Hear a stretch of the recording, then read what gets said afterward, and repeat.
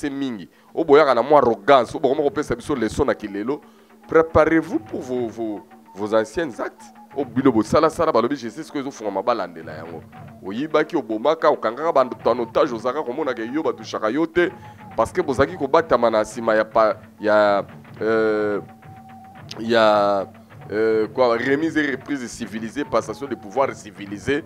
Ça veut dire que ceux qui ont passage de pouvoir civilisé, commis na impunité, bino bana Hollandais, bino cité Kolomakam, magistrat suprême, commandant suprême Abou Piasiko, vraiment quagique. Maintenant, na tout na bino boy.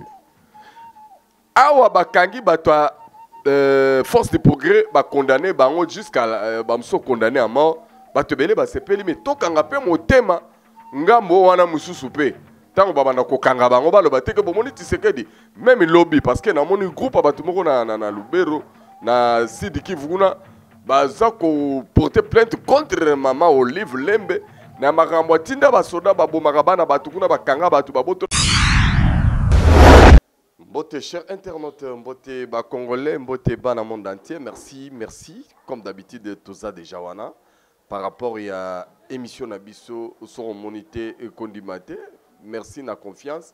Merci na ba internaute oyo vraiment ba partageaka, oyo ba commentara, oyo to CP sarabango et puis pourquoi pas te profiter na même occasion to CP la peine ba oba inarabiso parce que biso za ba congolais to baki na cadre ya bolingo ya Congo na ya ba congolais to koki ko négliger bande comme souté biso to za toujours confiance na bino parce que to bi ke boyi ba imboka boyi bande kona biso ya solo penta lelo na bandi to solo la subo momesano mais cette fois-ci nene sabino que tozali na Rabilema na bilili comme d'habitude et puis Junior Kapaya na montage et puis fait qui sombe comme d'habitude donc il englobe tout, il coordonne tout, yena mère na profiter na pesa bango salam ya rosakanate parce que eza bango bango mtubazana bango mtubazo sala masolo tupo ezala bien fort. Voilà.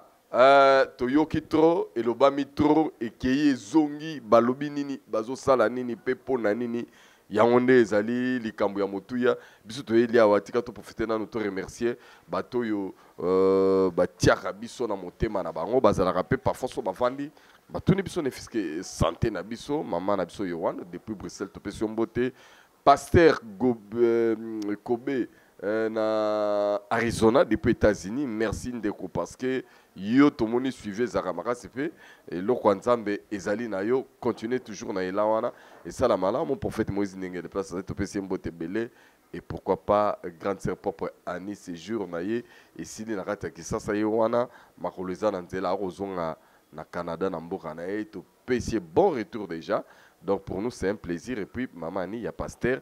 Donc, il y a eu Yangoana, moi, c'est un peu Colette, ça toujours wana pour nous repérer Sabino bilingue parce que tant où il y a Zawana, ils ont permis de bisoto zalana kimia total. Alors, bah condamné, bah la force du progrès. Donc 15 bah ça peut condamné à mort. Mais dis-moi bah quel bango espace, bah ça la appel, wana ezali misala ya justice na biso. Tolobaki bana wana il faut baleka la justice parce que bazaki na bango na qualité tu expliquer ki batu biloko ebele beaucoup nous ont traité parfois na ba façon ba ko traiter bango mais une vérité reste une vérité nulle part balobi ke mutu so zali membre ya IDPS ndeyo bando buka mibeko ya mboka bando buka mibeko ya l'état ça s'exclut ce n'est pas prévu et je crois que bana wana babetaka tolo na kombo ya président babetaka tolo na kombo ya UDPS mais bomoni lelo différence so ba dissocier entre kozala membre ya parti ozo agir na désordre ozo zela parti côté la yo mais na mambo ya justice moyen parti à côté les ate kuna même chef de l'état azana droit ya kosala ba interférence te mais lelo na ena analyser likambo ngo moi muke bien ezana batebele ba sepeli balobi ah biso ba force de progrès basala biso ba biloko mabe mais tant maman Olive ba ke ba toucher côté naye alobi kaka boye mbala moko bakangi bango mbala moko baza traduit en justice ce que boye bisangai est-ce que op bakanga ki bango ba ke ko sala désordre na parler du peuple donc suma maman Olive président sepeli nango tabino bakanga bango ba juger bango Donc, c'est pour vous dire que Mutumoko akoki kozala au-dessus de la loi T. Et c'est la loi qui doit être au-dessus de tout le monde. Donc, mebe ronde eza likolo abatu nyonso mutu moya za la likolo ya mibeko ezalité. Mais na ndenge ya mabe te ndenge nazomonela mikolo ezo ya liboso awa o tokoti mwa doute o ngayangani na prometaki bino ke tokoti période ya transition. C'est le bon Nzambe, c'est l'esprit. Alors, président Tshisekedi pe n'analyse ya discours na ye o elekaki bato beli basi ba décortiquer na ba façon nyonso. O ya romona sortie médiatique mabe ba moni o pe ba romona que ça normal ba moni mais le chef a parlé ba propos chef ezalaka sacré tika libongo. Mais nini tolokoti na kati.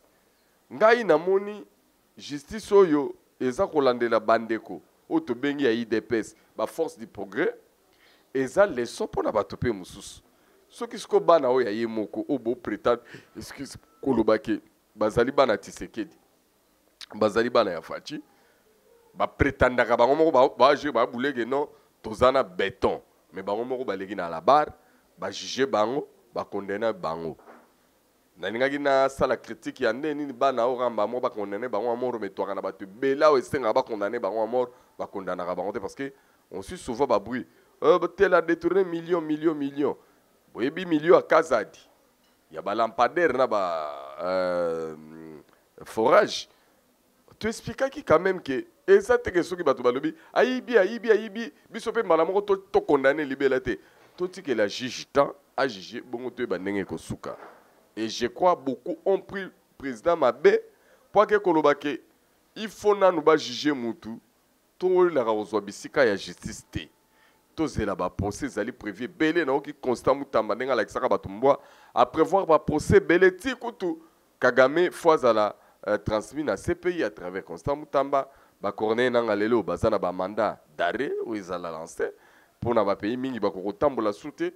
Alors pour moi je me suis dit non c'est une première dans l'histoire ya mboka na biso parce que banda batu ba banda ba rébellion impunité on ezaki ko régner surtout que ba Kabila bazaka ko entretenir en mais tout monde quand même dans les chefs il y a Constant Mutamba aena boula bien aena ba idée bien annoncé mbala moko que mikolo yo ba tribunal ko fungoma ya ndenge na ndenge pour na batu nyonso mais batu baza soupçonné pour na détournement ba banda kolandela bango ngana lo baka soko monité kondima te kolobe za bien mais tozela to mona biso tout et dès que ça va on va vraiment applaudir mais batu nyonso yo basala ba mabe bazaka ko kanga bango te na kala noki pe président lobe azo fongola ba tiroir bandeko ya PPRD mingi bandeko ya FCC mingi oboyaka na mo arrogance obokoma kopesa biso leçon na kilelo préparez-vous pour vos anciens actes obino bo sala balobi justice ko ezo fonga mabalandela yango oyibaki obomaka okangaka bantu en otage ozaka komona ke yo batushaka yo te parce que bozaki kobatama na sima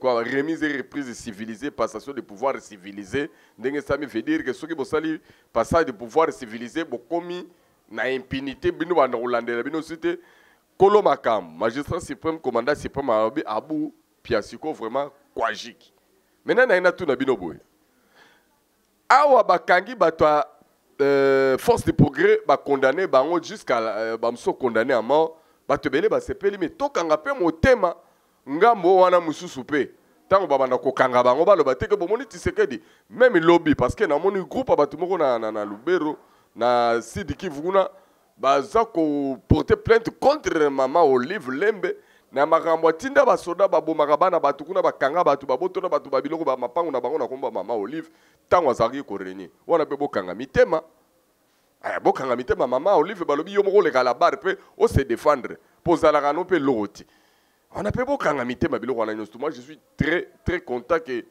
justice est ponate et sambisa mutu nyonso pas de complaisance ata za mutoyo azalaka sima ya Tshisekedi sora sali mabe alors azana droit ya koleka na justice de la même façon batu nyonso oyo bazali kosala mabe bazali na droit koleka la barre donc ezana mutu moko te oyo ye akobanda ko mema batu par rapport à trafic influence na ye. En tout cas,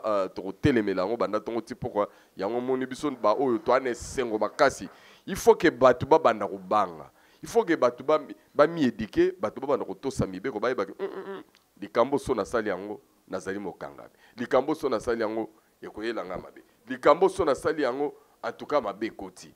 En tout cas ça la plaisir na batu nyonso et batiroir nyonso ya buzoba ya mabe ya ba trahison ya batutu ba tekamboka batu ba wela bazwaka ba grade ba kabulaka. En tout cas, il faut constamment mutamba côté wana. Tout le monde est clair. Et le biomoro vous a rescapé. Nous sommes très contents. Et tout le bi que balobaka adage moko ya ba ilo poto lobaka la justice élève une nation. Est-ce que justice na biso to kokipe kolobaki ekoki ko tombo le kolo na biso? Moi j'ai dit oui, un grand oui si on y met du sérieux parce que na oui mikolo que même ba magistrat ba rolande la bango. Bato ba kata ba procès ba peut ba créer mafia moko parce que il y a un système en tout cas ba kabila ba yela biso système moko e vanda au boko détruire en côté difficile ceux qui vont s'impliquer bino tout et ya on a lité ça mikolo ya on a ebisa bino que makambo ebele ndenge sale makambo to sala ka constant tout était mis en place pour ebi makaka lokola tango tseke ndinde mabele ki mingi puisque bango ba mabela bango to batamara ba placard ah ba fongoli ba boîte à Pandore ne se fungwami tokoyoka ona toyoka te tokomona ona tomona te ndenge na bato na prometaki bino ke ti tokoma décembre il y aura des grincements de dents. Et pour votre information, Tshisekedi to sakana ki nae Tshisekedi to zamone lembele mikolo koya bato belé ba regretter mikolo belé tokoyoka pasi na bato musu ba okangama to ndima teke bango ba kokaki ko kangama par rapport toujours à justice parce que ezali dernier mandat na ye ndenga zana dernier mandat na ye azali lisusu na droit RRT azana droit pe ya pire ya pirate te aza pe na droit ya allié moko ya fantaisie te ya ba complaisance te nde tomoni théâtre o tomona na Sénat wana et puis bino bato botambola na discours président yemoko asali choix na Sama Lukonde yemoko président asali choix na Sama Lukonde. En tout cas, ngai na bali ba makambo na bino wana bolo ba wana te ndenge to sala peut-être vidéo ezolera déjà donc lelo ndenge to lo ba boyelendi na hémicycle kuna na propagande na nyonso na installation bureau momba et rosale makaka lelo ndenge to ba décaler en trop. Maintenant je vais plus loin.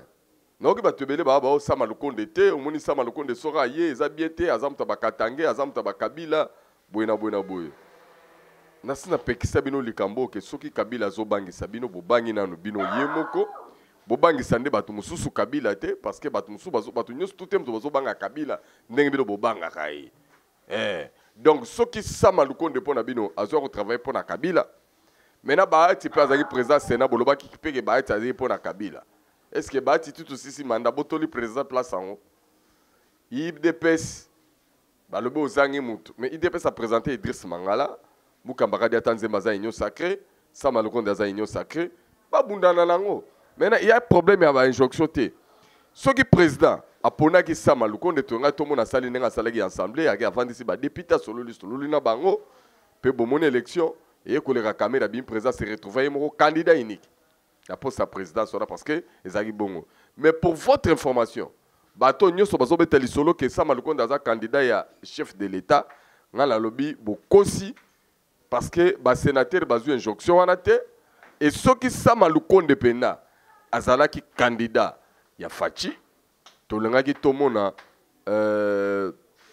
nani ba candidat musu ya union sacrée te ba repostuler na même poste à part Lutundula Christophe muto a retiré candidature na mais baninga mususu nyonso bazali na ba poste na bango bavandi wana baza kopikle bayebi ke bango pe tour na bango élection mte kolera mte kabola bango. Donc moi je pense que la responsabilité maintenant revient que aux sénateurs, aux honorables sénateurs bango mokonde ba voter ba salela biso choix lokola bureau ngo batu nyonso ba bazaka ba sénateur bango mto ba voter bango na bango. Moi je ne vois aucun problème. Et pour ceux qui pensent tout simplement que ce qui notre président moto kolera na Sénat président ko zo malheur to likambo bongo ya remplacer ye wana ezali bandoto ababa bokende bovanda bosepelisa na nde bosepelisa na kanenge bobetela na ba masolo ya kosepelisa ba imer na bino mais ça n'a rien à voir avec notre chef de l'État parce que c'est lui là azana makambo na ye oyo ezali ya nzambe ezana bato bene na ba critique to bosala kana mafinga to bofingaka bozaka na détail moko bobosanaka Ce président que vous voyez, dès qu'il a pris le pouvoir, et là, on va dire ça là qui mboka mamba dédicace, c'est pas Yanzambe. C'est quoi côté là, ndenge bochaka en évidence, bochaka on pandi bolinga occupant on te talibino. Mais vous devez le savoir que bosale la rafati ba calcul, ba calcul les alliés Yanzambe et vous serez vite confondus les jours à venir parce que vous avez été prévenus. Et pour le reste, on vous regarde seulement. Plein succès na bureau définitif il y a Sénat ndenge kobima. Tout le monde a bonga biso du moment où on congolais, on n'a pas besoin d'appartenance politique. Quand on vous dit souvent aimer les Congolais et les Congolais, c'est par rapport aux ala. Au-dessus d'abord, il y a des partis politiques, il y a des appartenance religieuse, il y a des appartenance ethnique, régionale, je ne sais pas moi. Au Tchénan Congo, il y a un Congo na Katinayo, au Tchébaï Congo na Katinayo. Donc on a la lumière, donc on a marambébé les liboso. Mais ce qui est totikalé quand on a posté roto pour faire chakawana ya, au bas majorité. Oba opposition, oba to IDPS, oba kabiliste, oba to PPRD, biloko wana. Ils ont réduire biso, biloko wana ils ont quitté biso, ils ont rendre biso très divisé et puis tout ça affaibli. Donc, excusez, toye bandenge nini, ya osala makamona pour les ganandenga malamu. En tout cas, au nyoso alingi Congo, abanda société kaka Congo côté positif et non côté négatif. Moi, je pense bien que tous autres talents la démarambo procès continue, il y a des condamnés qui ont programmé l'appel. Procès, il y a des Nangastar et Kiri Wanape. Bango a un problème déjà, il y a un mandat d'arrêt na bango. Tout à la suite, il y a événement dans le bagage de mois d'août. Tu as un belé toromona. Na problème na lina chité nango. Mais wana na on a deuxième vidéo. Likamboyo, Mokonzambo Kalobaki, AFC Joseph Kabila, na moni batebele. Boyango, batebele, badouté, bakabiliste, bakomi, babimisi, archive, ke zongi, bakomi, kobimisa, baterre, français, minene. Mais namoni, à lire marambozo kende. Avant septembre, octobre, mingi bakoma na kilo, relation na TV ko ganga. Je pense aux amis du FCC, aux amis du PPRD consort, Mikolo Koya, normalement, que la bino mawa. Parce que la présidente de la République, c'est la personne la mieux informée. Et ma propos naïe, et bien par hasard. Mais plus, moi je vois Kagame, mais dossier à Joseph Kabila, na bombi en na deuxième vidéo, toko bimisa quelques révélations, toko illustrer bino. Ba biloko ko permettre bino de comprendre que est-ce que il a tapé à côté ou bien à sa peine a raison, si réellement ezandenge bino bozareki ko kanisa. Alors pour l'instant, on a Tikibino, na cadre toujours dans le Bakadika Mingi, et ça au mono sosoli, koyo que c'est interdit, mais comment on équipe tout. Mais les lois avec les réseaux sociaux, on peut voir n'importe quoi, mais à son moni, soit pétant, il y a discerné et Rosalayo, Malamu Mingi, Ntekolanga y Mboka, vrai Congolais Bissi Rosali, en tout cas, Bozala qui tel me belé Landabiso. C'est un plaisir à Kokabola Bino Makamboka parce que ça est très important. Yo Kabolango. Nana ni lisusu kabolina bande konaote baimbo kateta tout le monde a la plaisir. Merci.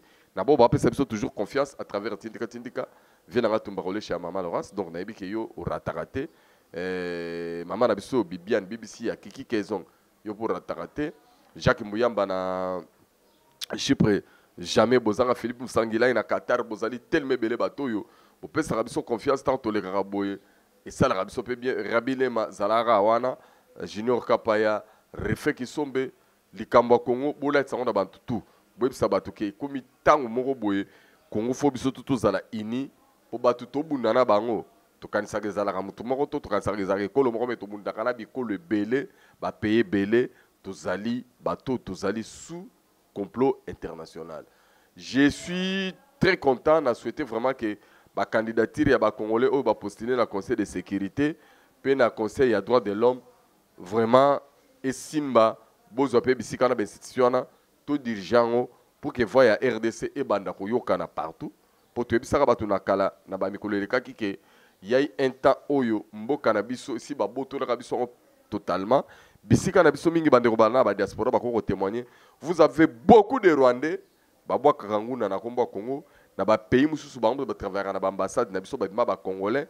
Et ma ramna biso mingi ba na organisme musu bango ne mutu bazaka ko bakuna ba champion ya ko ma ba congolais ma ramna biso nous rendez tout été fait pour nous casser et ça revenir na ba acte posé par fait Mzee Laurent Désiré Kabila ya kokamata mboka na biso lokola oyo na intérêt ya ba bénéfice ne privé d'une manière individuelle azoela biso ba James Kabari ba tiela biso bango ba chef d'état-major général ba Bizima Karabagi ba ministre affaires étrangères conséquence yango lelo biso toza ko mona nango pasi mais ya ça que nane ko pema na kimia donc ndenge balobaka na bandeko na ngai ya kasai ke mokolo kolia ligorodo yango kobima makwanza te donc Mzee alesa biso magorodo ya ba James Kabarebe na ba Bizima Kara mais lelo nde makwanza ebimi biso sikoyo Congo mobimba tolaka suna kimia te tokomi kokufa million tozali lo victime ya génocide bango bakufaka 800 000 mais biso za millions de millions yango na ba procès foi kufungwama par-ci par-là